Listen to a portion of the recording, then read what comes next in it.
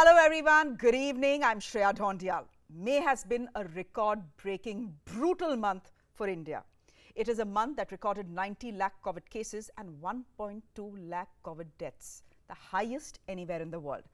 June, hopefully, is the month of recoveries, and as people recover from their infections, many are simply not feeling better. Long after testing negative or finishing off their 14-day quarantine, they continue to have fever, blinding headaches, body pain for weeks on end. This is a no war, no peace zone. Technically, you're COVID-free, and yet you have all symptoms of the infection. It's called long COVID, and it is a real thing. It is not just something in your head. So today on Debrief, a journalist, Somya Lakhani, is joining us, who for the last 50 days has been dealing with fever and headache after recovering from infection. Also on the show, Dr. Purnali Datta is telling us how to deal with this long COVID. Let's start though with the symptoms that point the way to long COVID.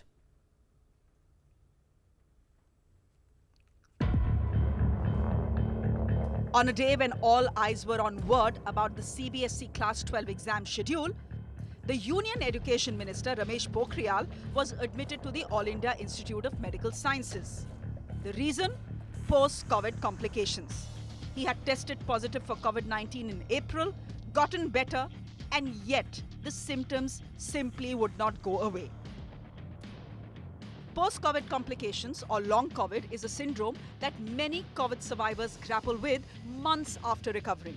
In about 10 to 20% people, symptoms can linger even beyond 12 weeks.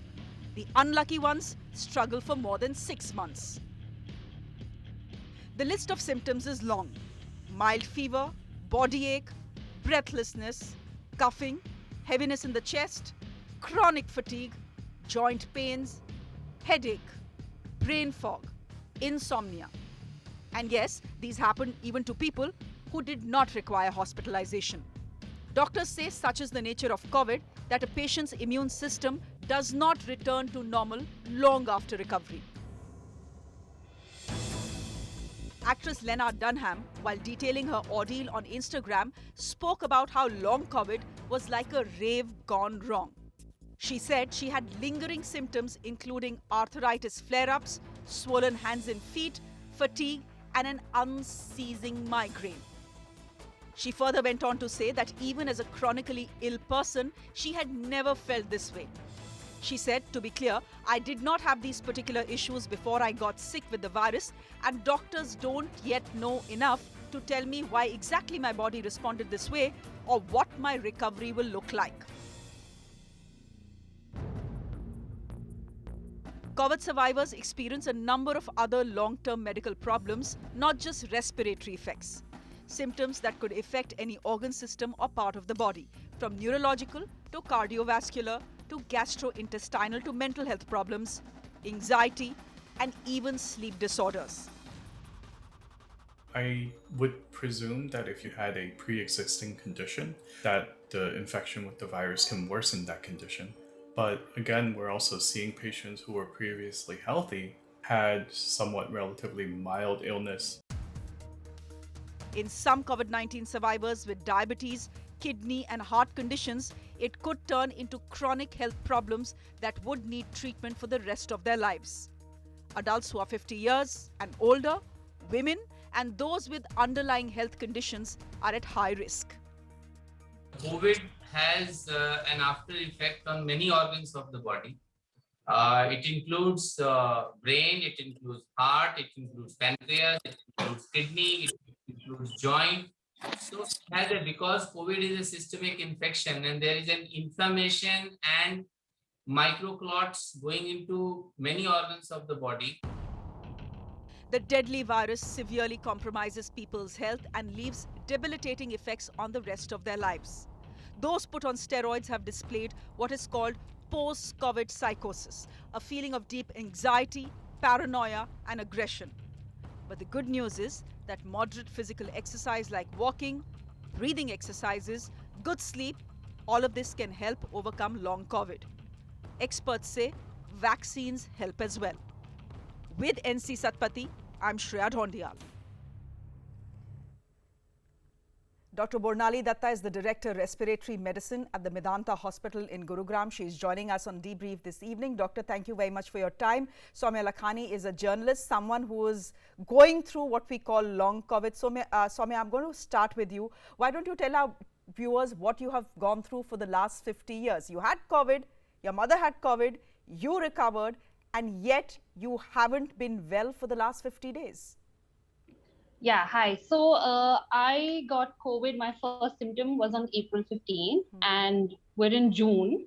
Obviously the first 14 days, we had the whole book of symptoms. None of us required hospitalization. We were recovering at home. We had, fever, cold, cough, chest pains, loss of smell, loss of taste, body ache, migraine, headache, weakness. I mean, you name it, we had it, the whole book. But my oxygen saturation levels had never dropped. And then, other thing is, of course, I know enough people in my friend circle and in and around me who got COVID during the first wave. And people who were my age, in their late 20s or early 30s, even though they had COVID and they had symptoms, post those 14 days, maybe it required another week or 10 days to sort of recover and to sort of, feel okay, to kind of re-energize. So when I got COVID, I was under the same impression. I thought that, okay, this is 2 weeks of isolation. Oxygen is under control, so I can get, I'll be okay at home. And then another week, maybe at best another 10 days to, sort of feel okay. But in my case, it's just now like I'm about to hit day 50, and it's just been, and it's very important for people to understand that it's not major symptoms. It's not that I can't get up or, I'm feeling supremely sick, but you're sick every day. So you'll wake up with 99, 99.5, little less than 100-degree fever every day. You may have cough one day, you may have throat ache one day. I am having a lot of trouble the last a few days ago. My entire face was hurting, so under my eyes, my cheekbones. There were days I would wake up with just my fingers hurting, my joints hurting. So, and of course insomnia, the sleep problem is huge. It's so huge that I had to, I didn't sleep for more than 2.5, 3 hours a day for about 10 days. Okay. And then I had to really ask my doctor to just prescribe me something that would put me to sleep, because otherwise I was just losing my mind. I couldn't sleep. I was getting even more anxious. I thought my recovery was slower. And it's a very strange space to be in, because you don't have high fever, you don't have terrible symptoms, you have mild moderate symptoms. So you're not exactly active, but you're not exactly inactive either. So you're not you're sick, kind of caught in the middle. So yeah, you're sick, you're not sick. This is a no war, no peace situation, as it were, and sounds absolutely awful. Dr. Datta, what is it about the second wave that you are seeing so many people like Somya Lakhani taking so much time to recover? A lot of people we knew who fell sick in the first wave, 4-5 din ka khasi, bukhar, everything happened. After 14 days, maybe another week of body fatigue, a little fever possibly, and then things were back to normal. In this case, in the second wave, people are not going back to normal for many, many, many weeks. Why is it happening?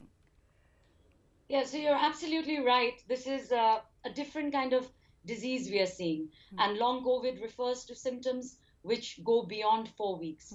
And the earlier understanding had been this is a disease of 2 weeks, maximum 3 weeks. But this time we are seeing 6, 8, 12 weeks. And you've already described the symptoms very clearly. It is not just respiratory, but it's an overall feeling of being very pulled down. There can be ongoing low-grade fever, there can be body ache, there can be that brain fog that everybody's really, really stressed about, because they find it difficult to get back to their normal working. And because it has affected so many young people who are, getting on, who just want to get back to their routine, and they're not able to, because something or the other is pulling them down. So these are the typical things of long COVID. And as we know, it is attributed to a dysregulated immune response. So the immune response during COVID is completely goes on, out of control. It's on an overdrive, and that is what we try to deal with.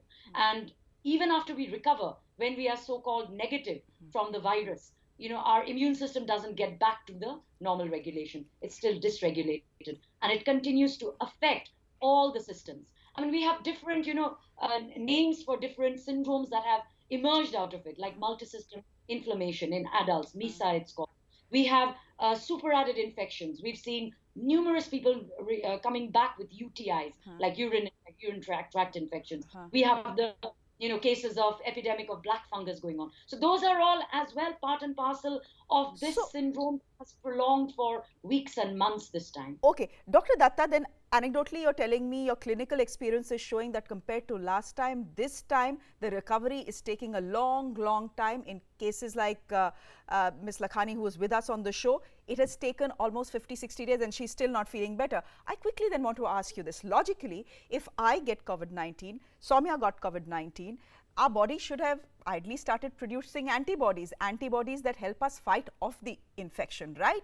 If you have those antibodies present in your system, why do you keep getting symptoms of the infection like Somya is getting, blinding migraine, fever? It shouldn't, technically speaking, should it even be happening? So see, antibodies, that's a different kind of pathway.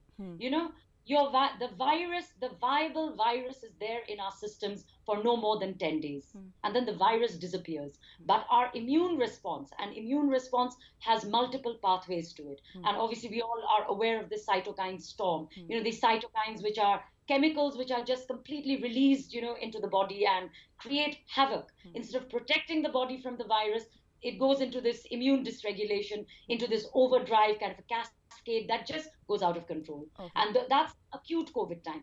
Antibodies will form regardless. So the antibodies don't, have not much to do with these chemicals that are released into the system that affect all systems, the muscles, the joints, the brain, just pulling down everything. We've seen not just respiratory, we've seen cardiac, we've seen other organs, and what's existing is aggravated, what's not there develops. So it's a pretty bad situation, but yes, you're immune nonetheless. So if you take antibodies, it will protect you from further infection. But your immune system is dealing with the with the problems of this infection per se. Okay, Somya, you were telling me in a chat we had earlier that when you fell ill with the virus, your mother fell ill as well, and yet you had to deal with long COVID and not her. You have a theory that it could have something to do with vaccination, that the fact that she was vaccinated and you weren't.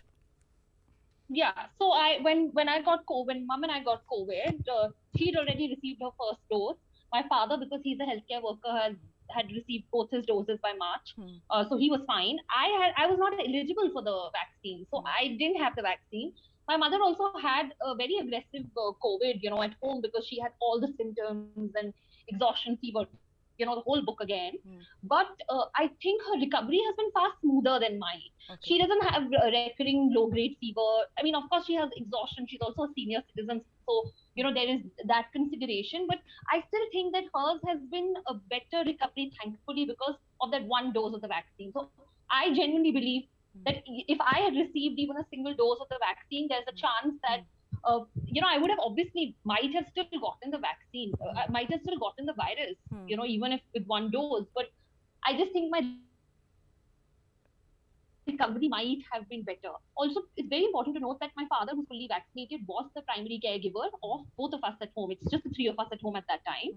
And he was taking care of us. He was making khana, all of that, just the medicine bit of it, everything. So he was in contact with us, and the vaccine did protect him. He didn't get COVID at the end of it. So I do believe that and a lot of the younger people who have spoken to her in my age group who didn't get the vaccine and then got COVID have the same complaints. We all had mild to moderate COVID.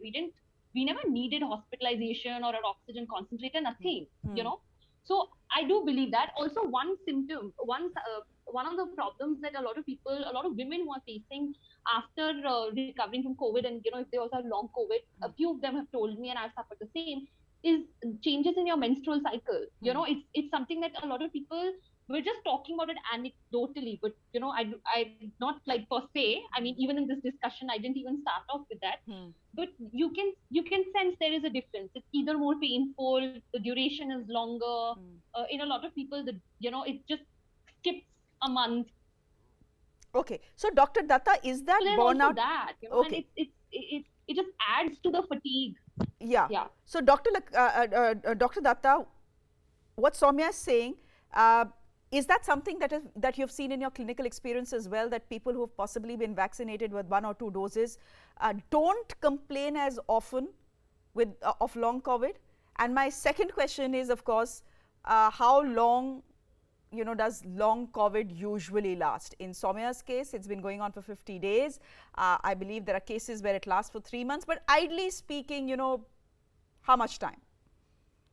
Sure. So I think we all saw this, that people who were vaccinated, overall got a milder illness. So it was an irony in sorts that, the elderly who had got vaccinated, many had double doses. This time they had mild illness, whereas the last time around, they were very significantly affected. And also the behavioral, they all stayed locked up at home. They got their doses and they had mild illness, which is great. The younger people who did not get the vaccines and who had resumed their normal lives and work after the first wave settled, they bore the brunt this time. They got severe disease. They were much more unwell. Now, of course, in Somya's case, it was mild moderate disease. But by the same token, the ones who are vaccinated have that degree of, I think, an immune kind of regulated system which does not react in this manner. So yes, it's a very common thing we've seen, that the people who've got vaccinated had mild disease, and as a fallout, post-COVID was also lesser in them compared to the ones who did not get vaccinated. I think that is a very fair point. And again, the length of it, I mean, any symptoms that persist or return, or you've not had it and then suddenly you develop it 4 weeks after the illness, that is long COVID typically. I think, I mean, again, in this wave, we've not yet gone to the 3-month stage, but I would imagine it could last till 12 weeks. I suspect no longer, but things like a mental state, depression, brain fog, these non-specific, difficult to describe things sometimes can persist longer. Physically, you may recover to a large extent, but these kind of things, we feel that, or what we're seeing is that do go on well beyond the expected time scale. Hopefully not beyond 12 weeks, but time will tell. All right. This time. All right, Dr. Datta, we leave it there for the moment. Somya Lakhani, thank you very much for being on the show and telling us what you've been through in the last 50 to 60 days. Thank you very much. On that note, a very quick break. Up next, the overburdened 6-year-old from Kashmir who has a request for Prime Minister Narendra Modi. That's coming up in just a bit. Do stay with us.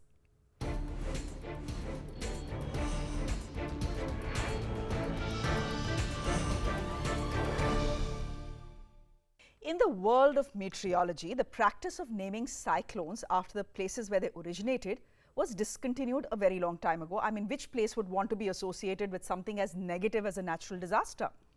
Now, the World Health Organization, applying the same logic, has done a namkaran for all variants of concern, COVID variants. Now, you may ask, what is in a name? Actually, a lot, if you see how the virus and its nomenclature has been at the center of much politics here in India and around the world. Wuhan virus, India strain,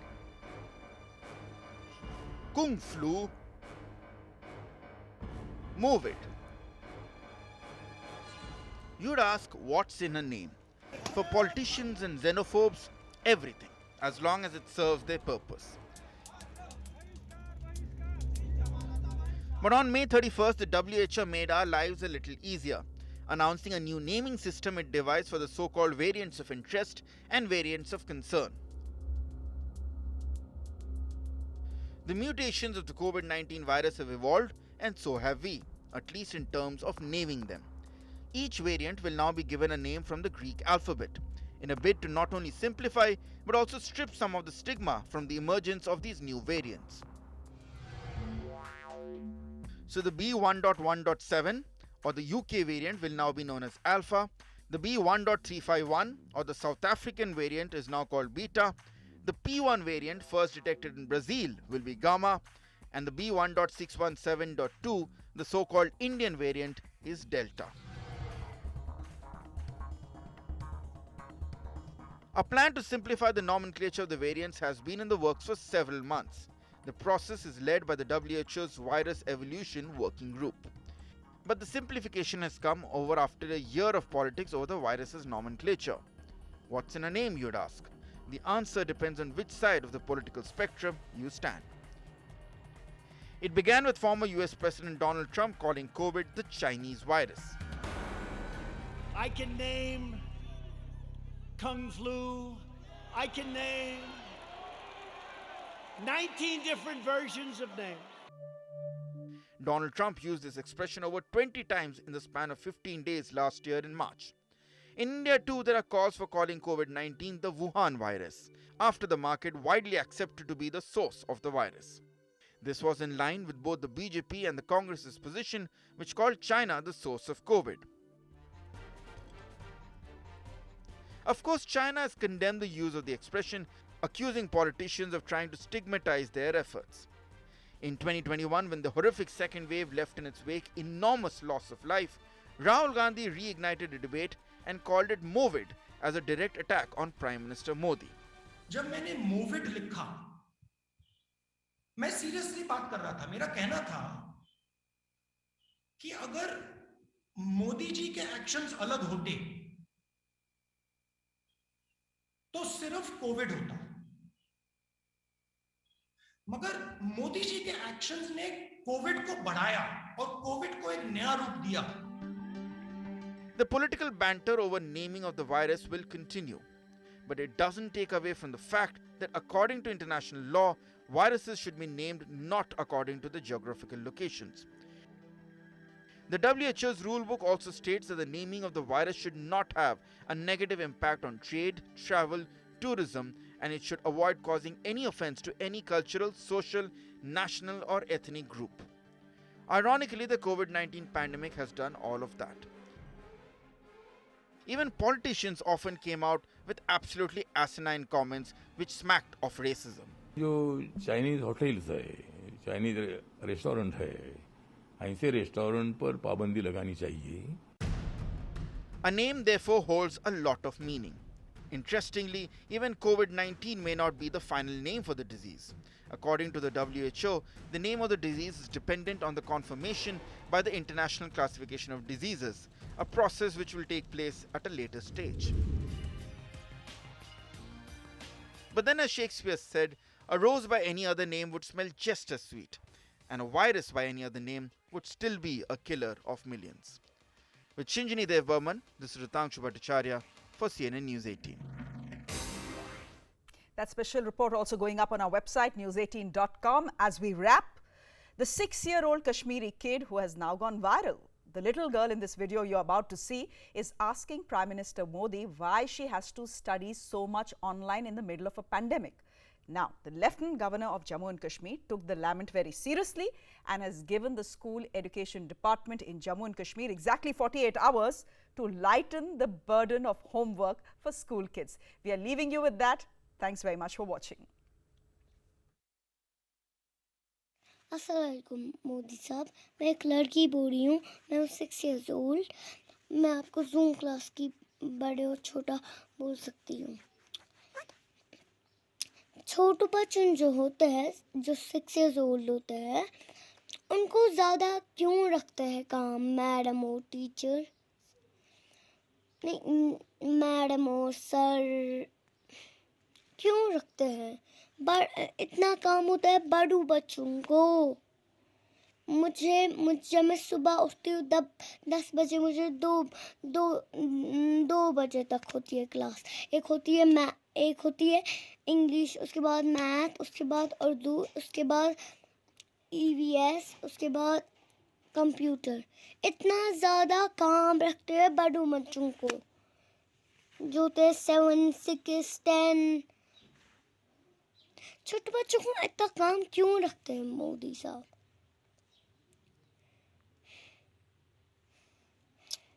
आप क्या कर रहे हैं?